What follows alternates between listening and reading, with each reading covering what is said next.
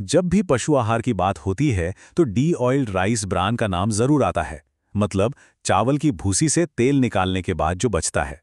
ये सस्ता भी है और पौष्टिक भी, इसलिए बहुत इस्तेमाल होता है। लेकिन जरा सोचिए, क्या हो अगर इसी भरोसेमंद आहार में एक ऐसा खतरा छिपा हो जो हमारी आंखों से ओझल हो। तो आइए इसी बात की तह तक चलते हैं। डी ऑयल्ड राइस ब्रान की जो अच्छी साख है, उसके पीछे एक ऐसी छिपी हुई खतरनाक सच्चाई है जिसे जानना हर पशुपालक के लिए बेहद बेहद जरूरी है। किसान और पशुपालक, मतलब जो लोग पशु पालते हैं, वो डीओआरबी पर बहुत भरोसा करते हैं। और क्यों ना करें, ये उनके बजट में भी फिट बैठता है और जानवरों के लिए एक अच्छा पौष्टिक आहार भी माना जाता है। पर सोच कर देखिए, अगर यही भरोसेमंद आहार जिसे रोज इस्तेमाल किया जा रहा है, वो अंदर ही अंदर एक धीमे जहर का काम कर रहा हो, एक साइलेंट किलर बन गया हो। बस यही वो सवाल है जो आज हमारे इस पूरे विश्लेषण के केंद्र में है। तो अब सवाल ये उठता है कि इस धोखे के पीछे आखिर है क्या? ये मिलावट किस चीज की हो रही है और इसे इस्तेमाल क्यों किया जा रहा है?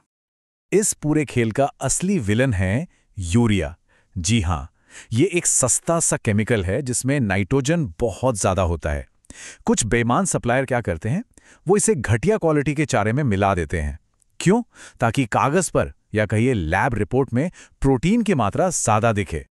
अब समझिए कि ये गोरख धंधा काम कैसे करता है। यह बहुत सीधा सा हिसाब है। जब लैब में चारे का टेस्ट होता है तो प्रोटीन को नाइट्रोजन की मात्रा से मापा जाता है। तो ज्यादा नाइट्रोजन का मतलब होता है ज्यादा प्रोटीन। और बस इसी धोखे का फायदा उठाकर यह मिलावटी माल ऊंचे दामों पर बेच दिया जाता है। ये सिर्फ और सिर्फ मुनाफे का एक खतरनाक खेल है। अब जरा देखिए कि इसका असर अलग अलग जानवरों पर कितना खतरनाक और कितना अलग होता है। जो जानवर जुगाली करते हैं, जैसे हमारी गाय भैंसें, वो थोड़ी बहुत मात्रा में यूरिया पचा सकते हैं। लेकिन जैसे ही ये मात्रा बढ़ती है, उनके शरीर में जहरीली अमोनिया गैस बनने लगती है और नतीजा पेट फूलना, कांपना और यहां तक कि मौत भी हो सकती है। दूसरी तरफ हैं पोल्ट्री वाले पक्षी, जैसे मुर्गी या बत्तख। वो तो यूरिया बिल्कुल भी नहीं पचा सकते। उनके लिए तो ये जहर ही है। उनका विकास रुक जाता है, गुर्दे खराब हो जाते हैं और अंडे देना भी कम कर देते हैं। और ये सिर्फ जानवरों की सेहत या उनकी जान का सवाल नहीं है। इसका जो असली असर है, जो असली मार है, वो तो सीधे सीधे किसानों की आर्थिक हालत और उनकी रोजी रोटी पर पड़ती है। ये जो आर्थिक बोझ है, ये कई तरीकों से आता है। सबसे पहले तो जहरीले चारे से पशुओं की सीधी सीधी मौत हो जाती है। जो जानवर बच भी जाते हैं, उनकी उत्पादकता घट जाती है। मतलब या तो वो दूध कम देते हैं या उनका वजन नहीं बढ़ता। ऊपर से उनके इलाज का महंगा खर्च अलग। और शायद सबसे बड़ी चोट लगती है भरोसे पर।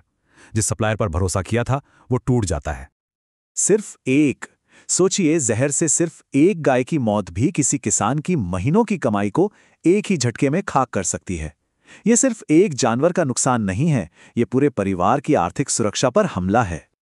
तो ठीक है, समस्या तो बहुत बड़ी और गंभीर है, लेकिन इसका मतलब ये नहीं कि हम हाथ पर हाथ धरे बैठे रहें। अब बात करते हैं उन तरीकों की जिनसे इस धोखे से न सिर्फ बचा जा सकता है, बल्कि इसका मुकाबला भी किया जा सकता है। यहाँ 3 बहुत आसान से तरीके हैं जिनसे कोई भी इस मिलावट को पकड़ सकता है। पहला है गंध से पहचानना। असली डीओबी से हल्की भीनी भीने अखरोट जैसी खुशबू आती है, वहीं अगर यूरिया मिला है तो एक तेज केमिकल जैसी गंध आएगी। दूसरा तरीका है रैपिड पेपर स्ट्रिप्स का। ये बाजार में आसानी से मिल जाती हैं। बस चारे को पानी में घोलिए, स्ट्रिप डुबोइए, अगर रंग नीला हो गया तो समझ जाइए कि यूरिया मौजूद है। और तीसरा, अगर आप बड़ी मात्रा में चारा खरीद रहे हैं तो सबसे पक्का तरीका है लैब टेस्टिंग। ये टेबल देखिए, कितनी आसानी से समझा रही है कि कौन सा तरीका कब अपनाना है। गंध से जांच करना, यह तो तुरंत हो जाता है, कोई पैसा नहीं लगता। लेकिन हाँ, यह सिर्फ एक इशारा है, पक्का सबूत नहीं। पेपर स्ट्रिप 1 मिनट से भी कम में बता देती है कि यूरिया है या नहीं। और लैब टेस्ट, इसमें कुछ दिन लगते हैं और पैसा भी, लेकिन ये आपको बिल्कुल सटीक मात्रा बता देता है। देखिए, सिर्फ 1-2 बार जांच कर लेना ही काफी नहीं है। अगर लंबे समय तक अपने जानवरों और अपने फार्म को सुरक्षित रखना है तो एक मजबूत लॉन्ग टर्म रणनीति बनानी पड़ेगी। तो ये मजबूत सुरक्षा कवच बनेगा कैसे? सबसे पहली और जरूरी बात, हमेशा सर्टिफाइड और भरोसेमंद सप्लायर से ही माल खरीदें।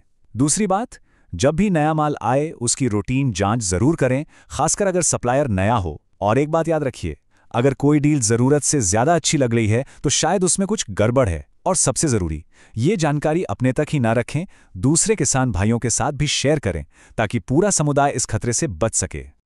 और आखिर में ये एक बात हमेशा याद रखने जैसी है कि अच्छी क्वालिटी का चारा सिर्फ एक खर्च नहीं है, ये पशुधन के स्वास्थ्य और किसी भी फार्म के भविष्य के लिए एक ज़रूरी निवेश है। सस्ता चारा आज शायद कुछ पैसे बचा दे, लेकिन कल वो बहुत बहुत महंगा पड़ सकता है। तो ये एक अहम सवाल है जो हर किसी को सोचना चाहिए। क्या किसी फार्म का भविष्य सुरक्षित है? क्योंकि इसका जवाब हो सकता है कि खरीदे जाने वाले अगले चारे के बोरे में ही छिपा हो। सतर्कता ही सबसे बड़ा बचाव है।